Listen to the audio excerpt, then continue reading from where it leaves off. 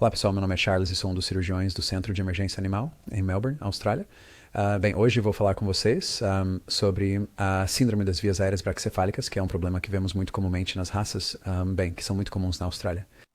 E estão associados ao facto de que, através da criação, eles condensaram cerca de 40 centímetros de tecido mole em cerca de 15 centímetros de crânio, o que significa que temos tecido redundante em vários pontos diferentes ao longo das vias aéreas.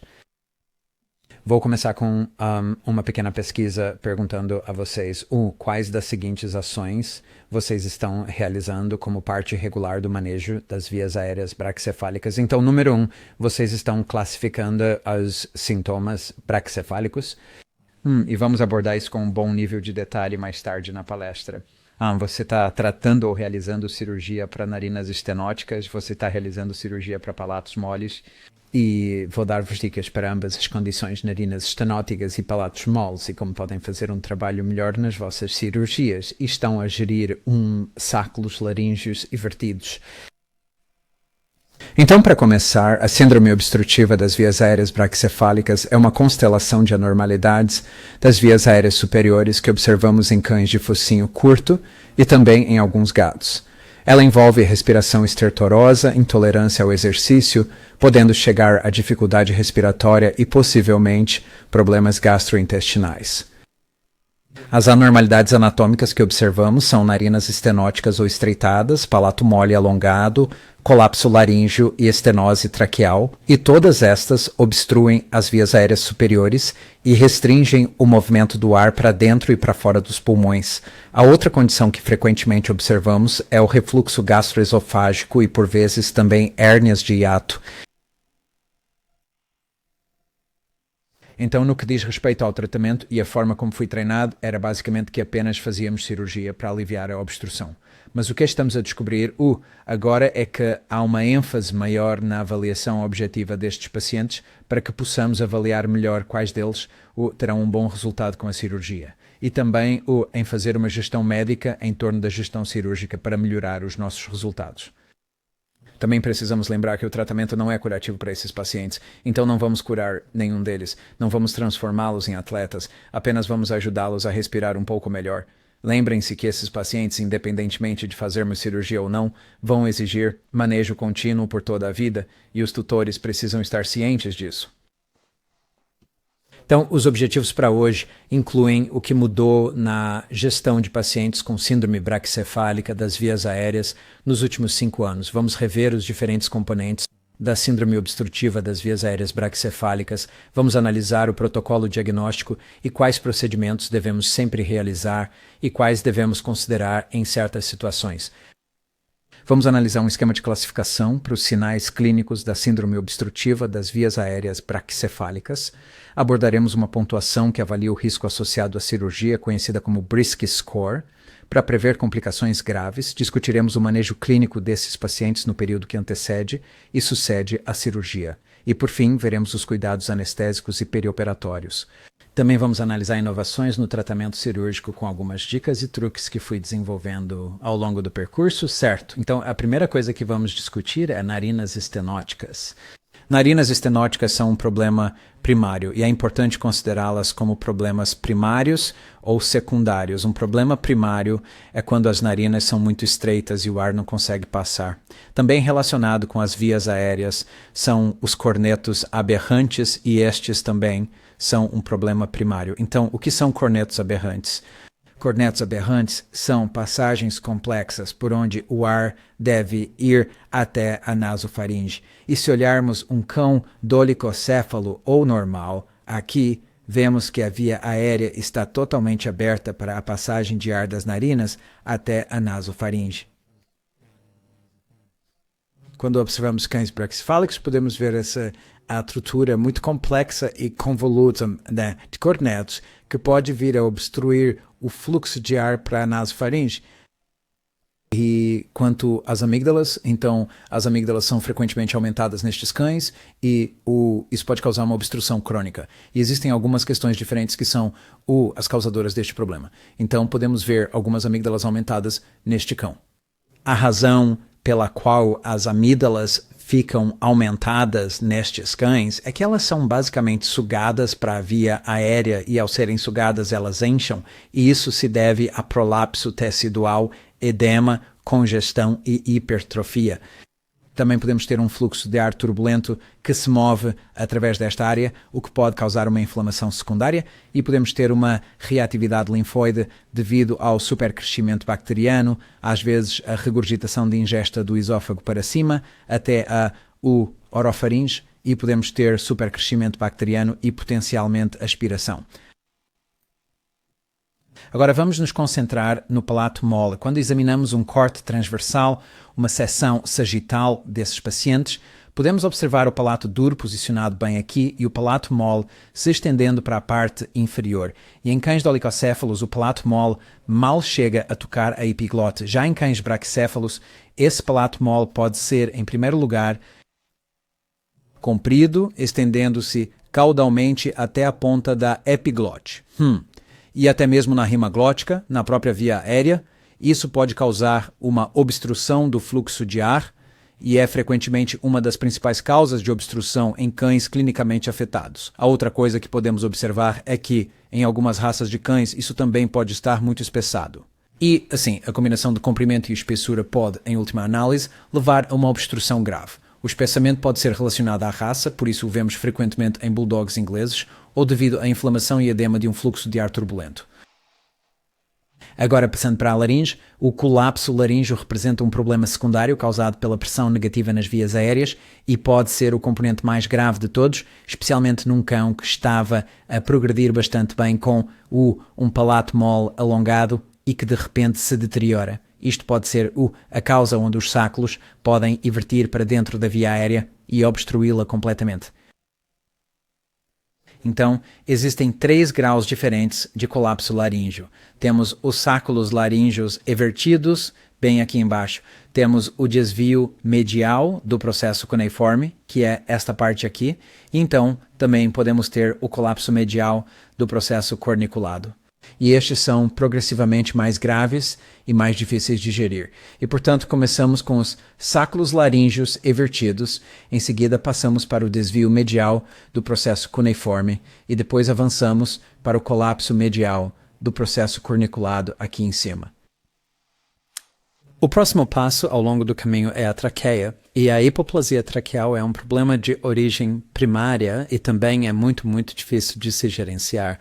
Então, se observarmos o diâmetro traqueal médio indexado, podemos constatar que em pacientes com vias aéreas não braquicefálicas temos uma proporção de aproximadamente 0,225 entre a traqueia e toda a entrada torácica.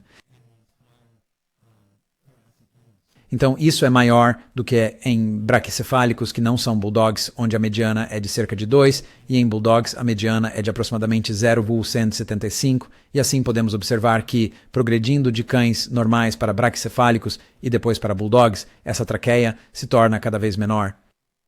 Isso contribui para a resistência geral das vias aéreas superiores e também esses cães podem ter um defeito no elevador mucociliar, o que significa que as secreções dos pulmões que deveriam ser eliminadas para a orofaringe e depois engolidas às vezes não são eliminadas e podem resultar em pneumonia recorrente.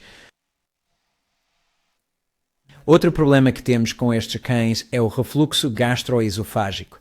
A razão pela qual ocorre o refluxo gastroesofágico é que nestes pacientes, devido a tanta obstrução da via aérea superior, criamos uma enorme quantidade de pressão negativa na cavidade torácica e então o ácido é sugado do estômago para o esôfago torácico, o que causa ulceração.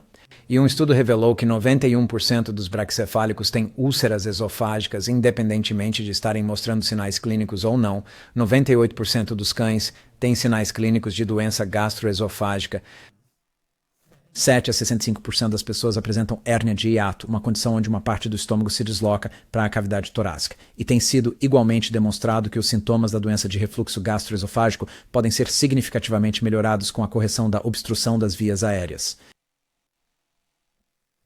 Agora, a doença das vias aéreas braquicefálicas, os sinais clínicos são classificados de 0 a 3, com base na gravidade do seu estado, e é muito importante que comecemos a classificar esses cães, porque isso vai prever o resultado e também o quanto eles vão melhorar com a cirurgia. Então, o grau 0 é obviamente clinicamente não afetado. Grau 1 é levemente afetado com ruído respiratório, mas sem comprometimento funcional, intolerância ao exercício ou desconforto respiratório. Temos o grau 2, que é moderadamente afetado, onde temos ruído, uma quantidade moderada de ruído, e temos alguma deficiência funcional, o que significa que estes cães têm dificuldade em se exercitar, especialmente em dias mais quentes. E depois temos os casos de grau 3, onde os pacientes são gravemente afetados e podem apresentar sinais clínicos bem significativos, como, por exemplo, cianose, ou seja, ficam com a pele azulada, intolerância à prática de exercícios e também podem entrar em um estado de angústia ou colapso. Agora, quando avaliamos a classificação de cães braquicefálicos, precisamos exercitá-los e depois fazer uma avaliação antes e depois do exercício. Apenas lembre-se que se eles já são grau 3 em repouso, não precisamos exercitá-los, porque sabemos que eles continuarão sendo grau 3 com o exercício. Então, queremos nos graus 0, 1 e 2 fazer um trote de 3 minutos dentro do hospital, onde é um pouco mais fresco, e depois avaliá-los. E se eles subirem para um grau 2 ou um grau 3 e a rapidez com que se recuperam após o repouso. Então, as outras coisas que vamos querer observar é o tipo de ruído. É estertor ou estridor? Então, é agudo ou grave? Qual é o esforço respiratório? Com que rapidez eles se recuperam após o exercício? E existem sinais de angústia caracterizados por engasgos, expelir espuma branca, cianose, colapso e outras coisas semelhantes. Muito bem. Então, qual é a evidência associada à classificação da síndrome das vias aéreas braquicefálicas? Foi realizado um estudo por Lu em 2015 que mostrou que havia uma boa correlação entre o grau clínico e a resistência das vias aéreas medida. Então, eles realmente colocaram máscaras nesses cães e mediram qual era a resistência ao fluxo de ar e também mostraram que cães de grau 2 e 3 tinham fluxo de ar significativamente reduzido e oxigenação mais pobre em comparação com cães de grau 0 ou 1. Há outro estudo que mostrou que cães com graus boas mais altos teve um pior resultado a longo prazo, sem cirurgia, o que incluía maior risco de insolação, síncope, expectativa de vida reduzida e doença gastrointestinal. E notem que com cirurgia e manejo médico adequados podemos melhorar muitos destes cães, melhor do que se não tivessem manejo algum.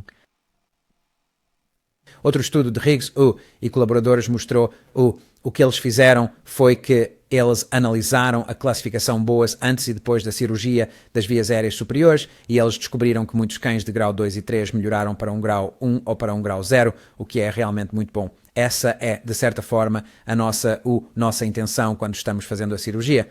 Eles também descobriram que o grau melhorado se correlacionava bem com a melhora percebida pelo proprietário na respiração, tolerância ao exercício e qualidade de vida. Certo, e quanto ao valor preditivo para complicações pós-operatórias? Então, o que eles mostraram foi que um grau pré-operatório mais alto correlacionou-se bem com um risco maior associado à cirurgia. E cães de grau 3 mostraram ter uma probabilidade significativamente maior de ter complicações pós-operatórias, incluindo recuperação prolongada, pneumonia por aspiração, dispneia pós-operatória, crise e necessidade de cirurgia de revisão. E cães de grau 3, em outro estudo, apresentaram uma taxa de complicação de 20% a 30%. Então, os cães que já estão cianóticos quando chegam à clínica são os que mais me preocupam e como eles vão se sair após a cirurgia. Já os que chegam fazendo um pouco de barulho, mas ainda estão bem ativos, eu percebo que esses cães geralmente se recuperam bem com a cirurgia. Certo. E os outros diagnósticos? Tomografia computadorizada. Então, o que podemos fazer com a tomografia computadorizada? Por exemplo, podemos ver o comprimento do palato mole. Podemos ver o quão curto e fino é esse palato mole num cão dolicocéfalo normal.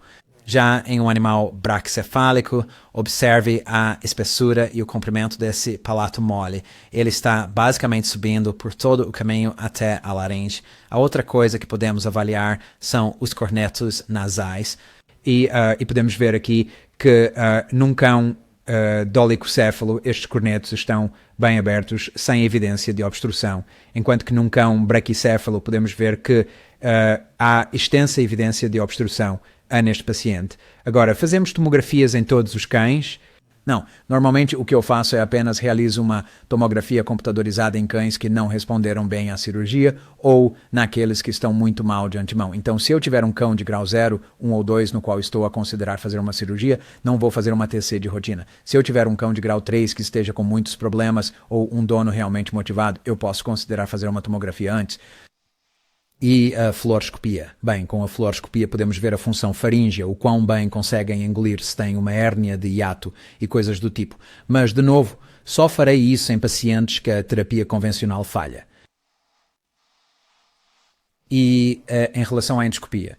Então, novamente, geralmente não é algo que fazemos na primeira apresentação. Então, o que procuro se fizermos uma endoscopia é se há hérnias de hiato, procuramos por função faríngea dinâmica e também procuramos por se ou como os cornetos nasais estão se apresentando. E, novamente, a fluoroscopia, a tomografia e a endoscopia não são procedimentos que eu faça rotineiramente nos meus pacientes braquicefálicos. Muito bem, então há um outro índice que foi desenvolvido, que foi denominado índice BRISC, que se refere ao índice de risco braquicefálico definido ou detalhado por Brandon em 2019. E o que eles demonstraram foi que, ao analisar esses diferentes parâmetros, é possível prever a probabilidade de mortalidade nesses pacientes. E, basicamente, o score BRISC é composto pela raça. Eles são um bulldog inglês ou francês? Eles já foram submetidos a alguma cirurgia? Existe alguma outra cirurgia planejada para o mesmo momento? Por exemplo, há uma histerectomia ovariana? Existe luxação de patela ou algo do tipo? Ablação total do canal auditivo. Qual é o score de condição corporal, ou seja, se o animal está gordo ou magro? Qual é o nível de comprometimento na admissão e qual é a temperatura na admissão? E então, o que eles obtiveram foi que, quando eles colocaram todas as pontuações BRISC em um histograma, você pode ver que se forma uma curva normal em forma de sino. E o que eles descobriram foi que, quanto maior a pontuação BRISC, maior a probabilidade de terem um resultado negativo associado à cirurgia. Então, e o manejo médico para esses pacientes? Bem, a coisa mais importante que precisamos fazer é o controle do peso. E se você ou eu formos ao nosso médico e tivermos a apneia do sono, a primeira coisa que eles vão fazer é verificar o nosso peso corporal. E se estivermos acima do peso, vão nos dizer para emagrecer e isso vai resolver muitos problemas associados à síndrome das vias aéreas, braquicefálicas e também com a apneia do sono em humanos. Vamos fazer exercício de forma moderada, por isso vamos evitar exercícios pesados em dias quentes.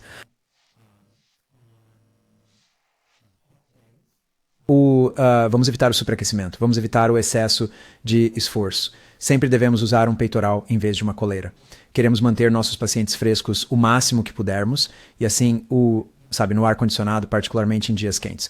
E pode-se usar corticosteroides de forma intermitente para a inflamação faríngea, mas isso definitivamente não é algo que se deva fazer a longo prazo, como manter esses cães sob esteroides. Agora, quanto às questões gastrointestinais, descobrimos que os inibidores da bomba de prótons são realmente muito úteis. E assim, olhando para coisas como omeprazol ou pantoprazol. E usamos isso rotineiramente em todo paciente que será submetido à cirurgia, independentemente de apresentarem sinais clínicos de ulceração gastrointestinal superior ou não. E, portanto, independentemente de haver regurgitação ou vômito antes da cirurgia, vamos administrá-los um inibidor de bomba de prótons, de forma geral, por um período de cerca de 10 dias a 2 semanas. Poderíamos considerar usar metoclopramida ou cisaprida para aumentar ou melhorar nossa motilidade gastrointestinal. E nós estamos pré-operatoriamente, podemos fazer coisas para gerenciar a esofagite, para reduzir a regurgitação, tentar reduzir a pneumonia por aspiração. E então, há algumas pessoas que os colocarão em inibidores de bomba de prótons e procinéticos antes da cirurgia por alguns dias a semanas. Eu geralmente não, a menos que já apresentem sinais clínicos de vômito ou regurgitação. E nesse caso, se formos adiar a cirurgia, vamos em frente e os colocaremos em algumas medicações para melhorar o estado do trato gastrointestinal. Muito bem, uma coisa que eles demonstraram é que se você tiver um protocolo anestésico padronizado e um protocolo de cuidados pós-operatórios na sua prática, você vai conseguir reduzir suas complicações pós-operatórias em cerca de 2/3, ou seja, de 36% para aproximadamente 12%. Novamente, algumas pessoas usam procinéticos e supressores de ácido no dia anterior à cirurgia. Não está provado que reduza a regurgitação, mas é relativamente fácil de implementar, especialmente se não costuma fazer a cirurgia no mesmo dia. Antes de os anestesiarmos, queremos garantir que estamos a pré-oxigenar, porque isso pode melhorar significativamente a oxigenação durante o período de indução. Nós queremos uma indução rápida, utilizando algo como Alfaxan ou Propofol, para que possamos sedá-los rapidamente e, em seguida, intubá-los. E eu evito o uso de opioides agonistas completos, então, por exemplo, vou evitar a morfina, a metadona, a oximorfona e coisas do género. E prefiro usar um agonista parcial, como o butorfanol ou a buprenorfina.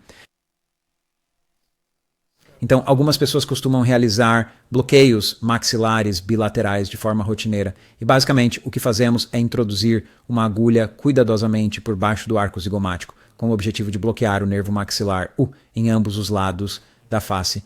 E isso tem demonstrado reduzir a necessidade de medicação para dor após a cirurgia e também tem demonstrado melhorar a recuperação em alguns desses pacientes. Então, este código QR vai mostrar-lhe uma demonstração muito boa de como fazer bloqueios do nervo maxilar. E então, eu o encorajo a pesquisar isso se estiver interessado. No que diz respeito à extubação, vamos adiar a extubação pelo maior tempo possível e eu já cheguei a ver alguns desses cães com os tubos ainda inseridos a passear lá fora.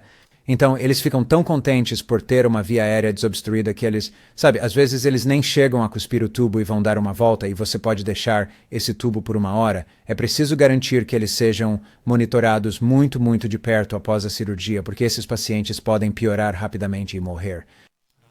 Queremos usar sedativos de baixa dose como a cepromazina ou algo assim, que os deixará menos agitados e ansiosos durante a recuperação, mas não tanto a ponto de relaxar a faringe e causar dificuldade para respirar. Queremos fazer a pós-oxigenação deles. Então faremos oxigênio por fluxo livre, através do tubo endotraqueal, ou se estiverem estubados, usaremos fluxo livre ou cânulas nasais para lhes dar suplementação de oxigênio. E o ponto realmente crucial é que temos de estar preparados para os reintubar ou realizar uma traqueostomia, caso seja necessário.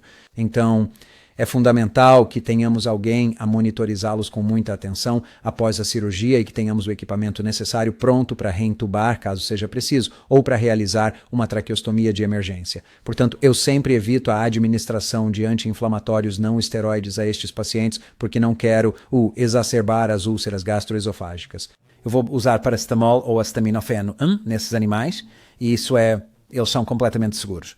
Isso é obviamente em cães, não em gatos. Eu sempre tento dar-lhes alta no mesmo dia, e a razão pela qual faço isso é que acredito que grande parte do desconforto respiratório que observamos após a cirurgia se deve à ansiedade que sentem no hospital. E, portanto, se conseguirmos levá-los para casa e aos cuidados dos seus donos, eles terão muito menos probabilidade de entrar numa espiral de piora e deteriorar com o inchaço das suas vias aéreas. Eu conheço um hospital na Austrália onde eles pedem que os donos estejam presentes na recuperação para ajudar seus animais a se recuperarem durante ou após a cirurgia.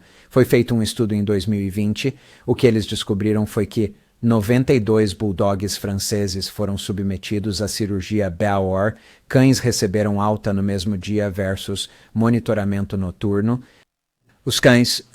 Então, não houve diferença significativa nas taxas de complicações pós-operatórias entre os dois grupos e houve menos comportamentos de estresse notados no grupo de alta no mesmo dia. Então, eu mando meus pacientes para casa no mesmo dia, quando possível.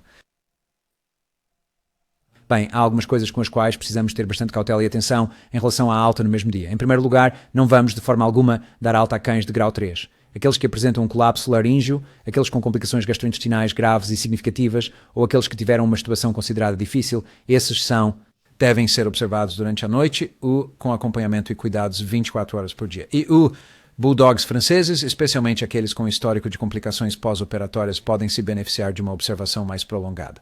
Em relação ao posicionamento cirúrgico, existem muitas maneiras diferentes de posicioná-los durante a cirurgia.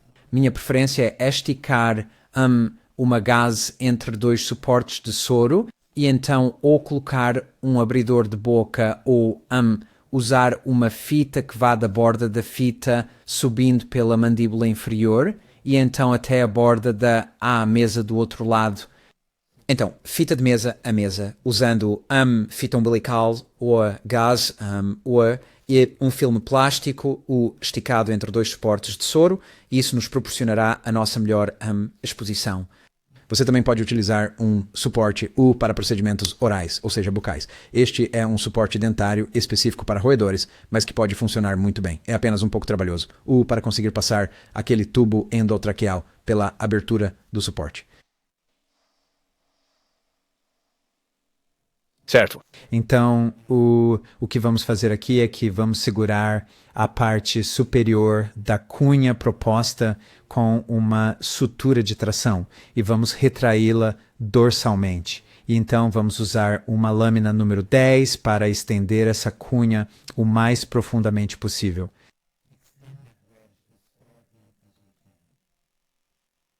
Certo. A primeira coisa que também gosto de fazer é injetar lidocaína e adrenalina na prega alar antes de realizar o corte, porque o que constatei é que isso reduz a dor que teremos no pós-operatório e também vamos conseguir reduzir significativamente o sangramento. Então vamos usar uma mistura de 50% de cada. Vamos usar um total de 1 a 2 mililitros para ambas as pregas alares, injetados na área dorsal da prega alar antes da excisão, e isso vai reduzir o sangramento e provavelmente a dor.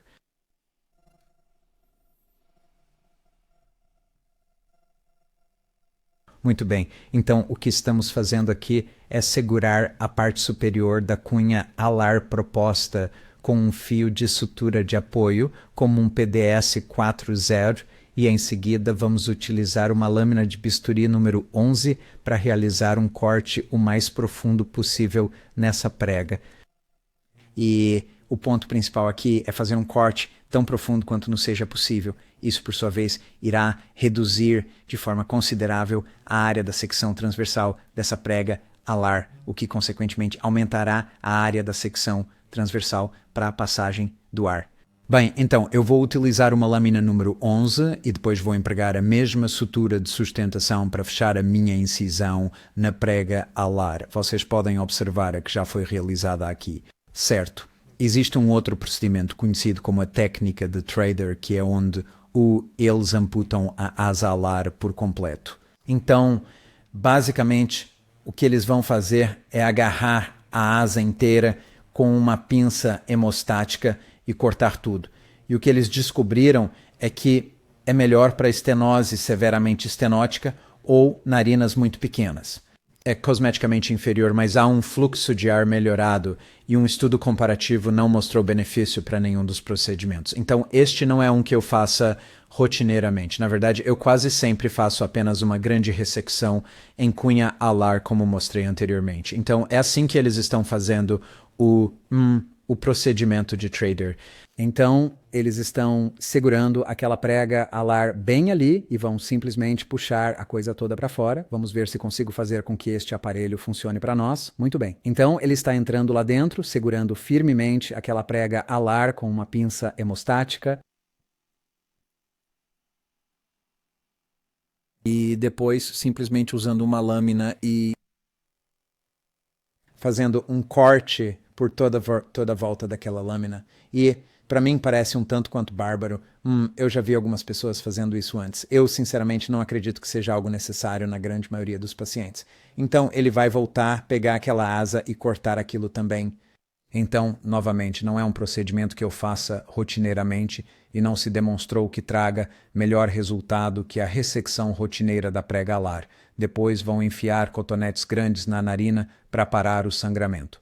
Bem, e olhem, para as pessoas que o utilizam, parece que elas realmente acham que funciona muito bem, certo? Então, em relação ao palato mole alongado, passando agora para a próxima fase a via aérea. Então eu gosto de aplicar gelo no palato mole antes e depois da remoção.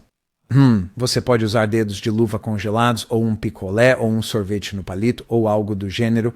E o que estamos tentando fazer aqui é simplesmente encurtar e, se possível, afinar aquele palato mole, porque ele está descendo completamente e obstruindo a rima glótica. E assim, há várias técnicas diferentes que você pode utilizar.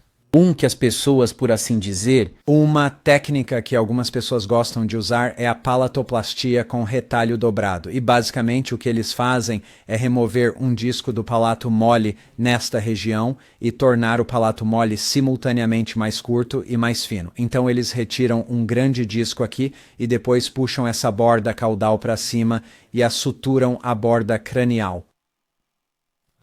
Não houve muitos estudos prospectivos randomizados realizados. O que frequentemente encontramos é que isso desce se você olhar mais tarde, algumas semanas após a cirurgia, e você terá resultados semelhantes às técnicas tradicionais. Então, eu geralmente não faço palatoplastias com retalho dobrado. Já as fiz no passado. eu geralmente apenas faço um procedimento de encurtamento tradicional. Então, vamos pular essa. Então, a estafilectomia tradicional vai apenas encurtar o palato mole. Aí usaremos a extremidade média, a cranial, da cripta tonsilar como guia para definir até onde avançar. Há vários procedimentos diferentes que podem ser usados. O laser estará associado a uma hemorragia diminuída, mas então você tem o problema do aumento do custo do equipamento. Você pode usar o Ligasure, que tem uma hemorragia diminuída, mas foi demonstrado que tem uma taxa de mortalidade 6 vezes maior do que uma técnica convencional de tesoura e sutura. E o meu método favorito é simplesmente a tesoura e a sutura tradicionais. É uma técnica que já foi testada e comprovada, não há necessidade de equipamento especializado. Basicamente, eu apenas coloco pontos de apoio em cada extremidade e depois um no meio, e então corto até a metade, suturo aquela ponta e depois corto o restante, o resto do caminho, e então suturo aquela ponta. O ponto principal aqui é que precisamos garantir que estamos a recolher tanto a mucosa orofaríngea quanto a nasofaríngea com a nossa agulha. Certo? Então é assim que se parece. Temos um palato mole alongado aqui. Geralmente não faço suturas interrompidas. Eu faço suturas contínuas e tento esconder meu nó nas duas pontas, porque imagino que essas pontas de sutura seriam bem irritantes na via aérea. Então, e a amigdalectomia? A amigdalectomia é geralmente recomendada apenas se estiverem aumentadas. Não há evidências de que a remoção profilática das amígdalas faça alguma diferença se não estiverem aumentadas. Em relação às técnicas, você pode usar Metzenbaumson que é preciso, mas pode haver um risco maior de sangramento. Você pode usar eletrocautério, que é mais rápido e com menos sangramento, mas aí você tem a dispersão térmica, o que significa que a ponta do cautério fica muito quente e isso pode causar danos a até 4 ou 5 milímetros de distância da ponta. Você pode usar o Ligasure, INI, que é muito rápido e sem sangramento, mas há custos de equipamento envolvidos. Ou pode usar o laser, que também é rápido e com inchaço reduzido em comparação a todos os outros procedimentos, exceto os Metzenbaums. Mas há custos de equipamento associados a isso. Minha abordagem mais comum, na verdade, eu faço qualquer uma dessas opções. Na maioria das vezes, eu provavelmente utilizo o Ligasure, porque é extremamente rápido, não temos as preocupações com o inchaço naquela região, como teríamos no próprio palato mole. E o que dizer sobre a turbinectomia assistida por laser? Esse é um procedimento que foi desenvolvido por alguns cirurgiões, particularmente na Europa. E o que fazem é que em cães com turbinados aberrantes, eles usam um laser para remover todos esses turbinados. Muitos cirurgiões não incluem isso no tratamento devido à alta morbidade e potencial necessidade de traqueostomia. Eu nunca fiz porque discuti com outros cirurgiões alguns desafios que eles tiveram, necessidade de traqueostomia por vários dias, esse tipo de coisa. Certo, esses sáculos laríngeos evertidos, é assim que eles se parecem quando você olha para a via aérea, a epiglote estará aqui embaixo. Se você tiver sáculos evertidos como estes, é realmente aconselhável removê-los. Ao fazer a remoção, é necessário retirá-los cuidadosamente da cripta com uma pinça de dissecção de Beeke ou um instrumento similar e então tentar excisar o máximo possível, tomando extremo cuidado para não lesionar a prega vocal. Quanto ao colapso laríngeo de graus 2 e 3, não há realmente nada que possamos fazer por esses pacientes, além de uma traqueostomia. E a prevenção é o melhor. E como evitamos a progressão é fazendo cirurgia cedo nesses pacientes para evitar que se deteriorem mais e cheguem a esses colapsos laríngeos de estágio 2 ou 3. Eles mostraram que amarrações laríngeas e laringectomias parciais para esses indivíduos estão associadas a alto risco de pneumonia por aspiração. Então, o que precisamos fazer é apenas tentar resolver todos os outros problemas como narinas estenóticas, palato mole alongado, amígdalas evertidas se forem grandes, sáculos laríngeos se estiverem evertidos, perda de peso, ambientes frescos e esteroides conforme necessário para tentar evitar ter que fazer algo sobre um colapso de grau 2 ou 3. E então, como último recurso, pode-se fazer uma traqueostomia, que pode resolver os sinais clínicos, mas estes são realmente desafiadores. Eu só fiz alguns onde os donos ficaram felizes em manejá-los no pós-operatório. O que eu faria neste caso seria apenas o ressecar aqueles sáculos laríngeos, talvez uma traqueostomia temporária após a cirurgia para permitir que o inchaço diminua.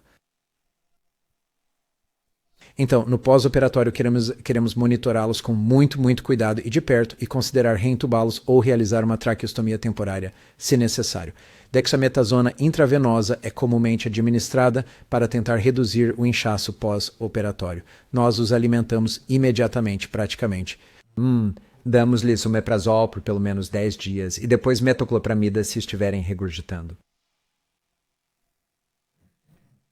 No pós-operatório, se estivermos tendo persistência de sinais clínicos de refluxo gastrointestinal, regurgitação, esse tipo de coisa, você pode considerar uma endoscopia gastrointestinal. Novamente, se houver persistência de sinais gastrointestinais após uma cirurgia apropriada. Poderíamos considerar avaliar cornetos aberrantes se os sinais respiratórios continuarem apesar do cuidado cirúrgico adequado. A oximetazolina é muito boa após a cirurgia. Podemos borrifar isso pelas passagens nasais. Então, este é o seu típico spray nasal para pessoas com alergias. Pode usá-lo por alguns dias no pós-operatório. Eu tenho visto uma melhora significativa nesses pacientes imediatamente após a cirurgia. A outra coisa que podemos considerar é uma esponja embebida em manitol no pós-operatório, na parte de trás da garganta, o que reduz significativamente o inchaço se tivermos um problema com inchaço cirúrgico. Então, qual o prognóstico com eles? Geralmente, cães jovens com sinais clínicos moderados e sem colapso laríngeo de grau 3 têm um prognóstico muito bom e eu dou aos donos cerca de 95 a 98% de taxa de sucesso e cerca de 3% de mortalidade. Lembrem-se que estes cães não se tornarão cães normais com a cirurgia e quando olham para um paciente assim, com a quantidade de tecido mole extra que ele tem por fora, imaginem o que está a acontecer por dentro também. E esses caras nunca serão atletas, mas esperamos que com cirurgia e tratamento médico vamos deixá-los muito melhores.